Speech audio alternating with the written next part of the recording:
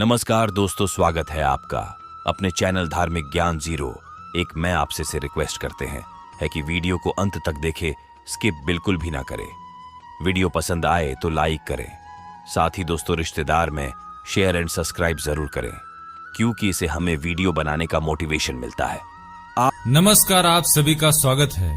अग्नि पुराण 18 महापुराणों में से एक है।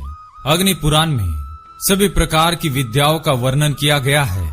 इसमें भगवान श्री कृष्ण के अवतारों की कथाएं, सृष्टि वर्णन, स्नान संध्या, पूजा होम विधि, दीक्षा विधि, अभिषेक विधि, देवालय निर्माण, देव पूजा विधि, देव प्रतिमाओं के लक्षण, देवी देवताओं के विभिन्न मंत्र, वास्तु पूजा आदि का सुंदर निरूपण किया गया है।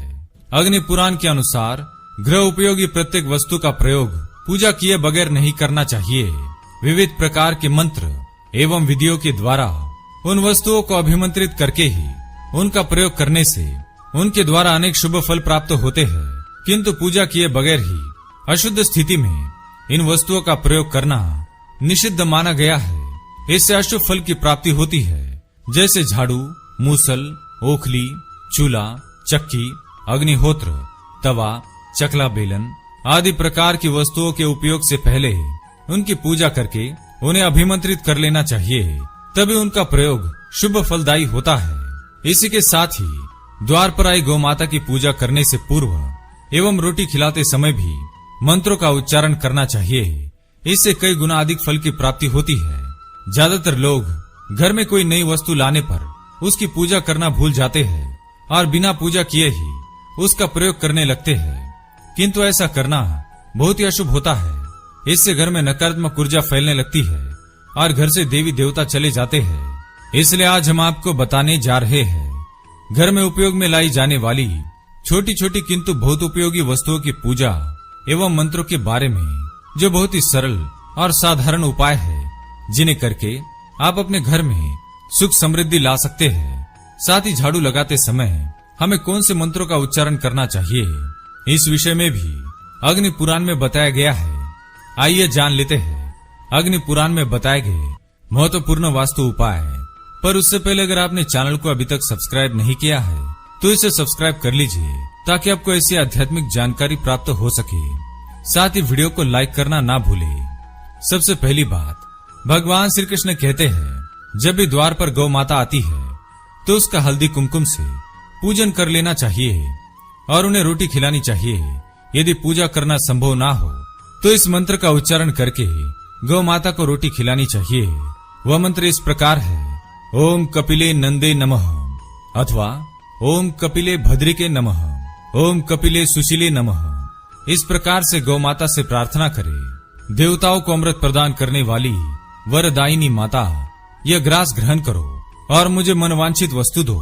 हे कपिले, मैंने जो अनजाने में ही दुष्कर्म किए हो, मेरा वह सारा पाप तुम हर लो। इस प्रकार से गौ माता को बारंबार प्रार्थना करने वाला मनुष्य निर्मल एवं पवित्र हो जाता है और उसे मनवांछित फल की प्राप्ति होती है। दूसरी बात, चूल्हे पर भोजन बनाने से पहले उसे अच्छी तरह से स्वच्छ कर ले। उस पर किसी भी प्रकार की गंदगी अथवा झूठन ना रहने दे। चूल्हे की अग्नि प्रज्वलित करने से पूर्व ओम हाम अग्नये नमः इस मंत्र का उच्चारण करते हुए चूल्हे की अग्नि को प्रज्वलित करे।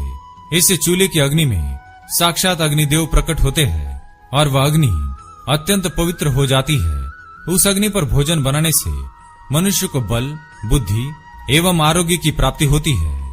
चूल्हे पर पात्र रखने पर उसमें कुछ बूंदे डालकर इस मंत्र का उच्चारण करे। रस परिवर्तमानाय वरुणाय नमः इस मंत्र का उच्चारण करके बनाया हुआ भोजन समस्त रोगों का नाश करने वाला बन जाता है। तीसरी बात, रसोई घर में प्रवेश करने से पहले स्त्रियों को इस मंत्र का उच्चारण करना चाहिए।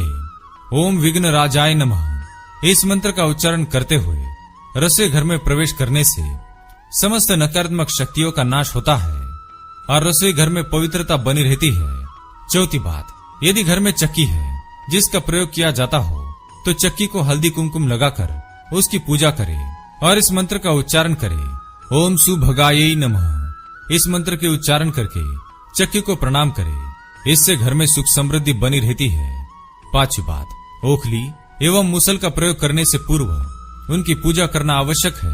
ओखली का प्रयोग करने से पूर्व उसकी हल्दी कुमकुम से पूजा करके ओम रौद्रिके गिरिके नमः इस मंत्र का उच्चारण करें। जब भी उखली में मसाले कूटते हैं तो यह मंत्र अवश्य बोले। मूसल प्रयोग करने से पूर्व उसकी पूजा करके बलि प्रियाया युद्धाय नमः इस मंत्र का उच्चारण करें।